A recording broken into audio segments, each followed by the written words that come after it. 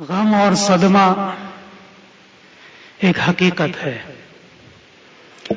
ہر انسان ان مراحل سے کسی نہ کسی زندگی کے دور میں گزرتا ہے، اور حضرت والد صاحب رحمت اللہ علیہ کا میرے ساتھ جو تعلق رہا، میرے ساتھ جو ان کا ایک لاسانی اور نہ بیان کر سکنے والا ایک رشتہ رہا ہے، اس کے کھو دینے کی وجہ سے غم اور پریشانی تو کا ظاہر ہے بہت زیادہ ہے. دنیا کے اندر میں نے ایسا والد نہیں دیکھا جس طرح اللہ تعالیٰ نے مجھے عطا فرمایا تھا. وہ میرے والد بھی تھے، میرے مربی بھی تھے، میرے شیخ بھی تھے، میرے محدث بھی تھے، میرے فقیہ بھی تھے، میری سند بھی تھے، میرے مصلح بھی تھے، میرے امام بھی تھے. ایک اللہ کے نیک بندے میں اور ایک اللہ کے ولی کے اندر جتنی خصوصیات جمع ہو سکتی تھیں، اللہ تبارک و تعالی نے ان کو وہ سب بکمال عطا فرمائی تھی. اور ان کی محبت، ان کی شفقت اور ان کا میرے بارے میں ہم وقت فکر مند رہنا اس جامعہ عربیہ احسن العلوم کی در و دیوار اور چپا چپا اس بات کا گواہ ہے. تو ظاہر بات ہے، اتنا بڑا سایہ، اتنا عظیم آسمان، ایک چھاؤ، ایک درخت وہ اچانک سے سر سے اٹھ جائے تو پھر انسان کو خبر ہوتی ہے کہ دنیا میں کیسے جینا ہے اور وقت کیسے گزر رہا ہے، کس شخص کی اور کس چیز کی حقیقت کیا ہے. لیکن اس کے ساتھ ساتھ حضرت والد صاحب نے جو میری اور میرے تمام ساتھیوں کی، اپنے ہزاروں شاگردوں کی جو تربیت فرمائی ہے، اس میں ایمان کے اوپر مضبوطی سے کھڑا رہنا، توحید پر مکمل طریقے سے عمل پیرا رہنا، آپ صلی اللہ علیہ وسلم کے ارشادات اور آپ کی سنن پر بغیر کسی کمپرومائز کے عمل کرنا، اور ایمان بالآخرہ اور بحث بعد الموت، یہ اس کا بنیادی حصہ ہے ان تعلیمات کا. دل کو اطمینان حاصل ہوتا ہے، قدر تسلی مل جاتی ہے کہ اللہ تبارک و تعالی نے حضرت والد صاحب کو جو مقام عطا فرمایا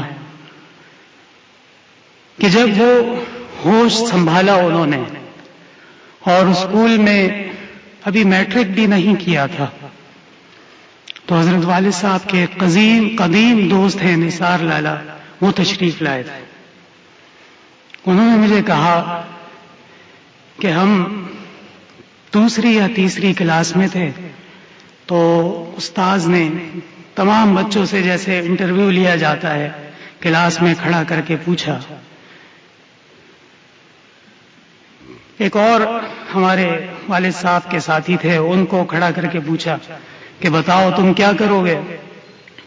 اس نے کہا کہ میں بھینسیں بیچوں گا اور ٹریکٹر کا کاروبار کروں گا، یہ بڑی مہنگی چیز ہے، بہت فائدہ ہوتا ہے.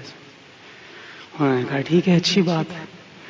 اس کے بعد والد صاحب کا نمبر آیا، کہا کہ ظہور علی خان کھڑے ہو، بتاؤ کیا کرو گے؟ تو فرمایا کہ میں امامہ باندھوں گا اور قوم کے لیے دین کی خدمت کروں گا. تیسری کلاس میں حضرت والد صاحب نے استاذ کو یہ جواب دیا. یہ اللہ تبارک و تعالی کا نظام ہے کہ جو شخص جس جستجو میں لگ جاتا ہے، من کان یرید الحیات الدنیا نؤتہ منہا، جو شخص جس جستجو میں لگ جاتا ہے، اللہ تبارک و تعالی محنت کا بدلہ، اس کی جستجو کا بدلہ اسے ضرور عطا فرما دیتے ہیں.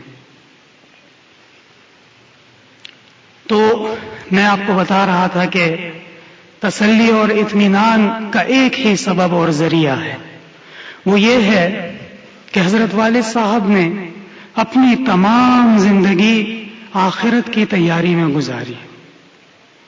اس میں کوئی شک نہیں ہے اور دنیا گواہ ہے کہ انہوں نے ہم وقت اور زندگی کے ہر دور میں یہ جاننے کی کوشش کی کہ سنت پر عمل کیسے ہوگا. قرآن کے اندر اللہ تبارک و تعالیٰ کے جو احکامات ہیں ان پر بکمال عمل کیسے ہوگا. احادیث طیبات کے اندر جو نبی کریم صلی اللہ علیہ وسلم کے ارشادات ہیں ان پر عمل کس طریقے سے ہوگا. ان کی علم، ان کا جاننا، ان کے رجال، ان کے اسماء، ان کی سندیں، ساری زندگی ان باتوں میں لگائی. اور پھر سب سے زیادہ ہمیشہ جو مجھے تلقین کیا کرتے تھے کہ فقہ یہ ایک انسان اور مسلمان کی زندگی کا نہایت اہم جز ہے. یہ سب کیا ہے؟ اس سے کیا فائدہ ہوگا؟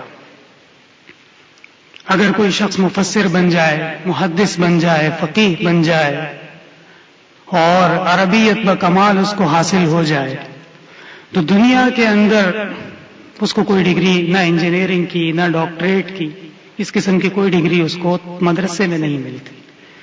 ہاں ایک فائدہ ہوتا ہے کہ آخرت کے لیے کیسے تیاری کرنی ہے وہ بکمال حاصل ہو جاتا ہے. تو غمگین دل کو تسلی دینے کے لیے یہ سوچتا رہتا ہوں کہ اللہ تبارک و تعالی نے حضرت والد صاحب کو تو بچپن سے ہی آخرت کی تیاری میں لگا دیا تھا، اور وہ تیاری بھی ایسی کہ ساری زندگی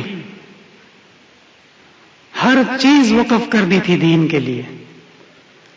نہ ان کی نیند کو کوئی ٹائم ٹیبل تھا، فرماتے تھے جب وقت ملے گا تو آرام کر لیں گے، ابھی میں فلانا حوالہ ڈھونڈ رہا ہوں، فلانا مسئلہ پیش آیا ہے، یہ جب تک حل نہیں ہوگا میں آرام سے نہیں بیٹھ سکتا.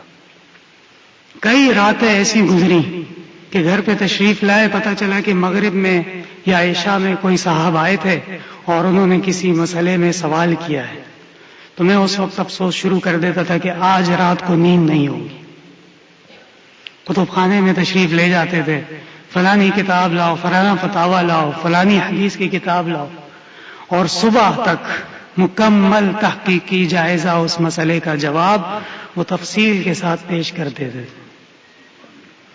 یہ سب اللہ تبارک و تعالیٰ کے ان پر احسانات تھے کہ انہوں نے دین کی خدمت ساری زندگی کی ہے.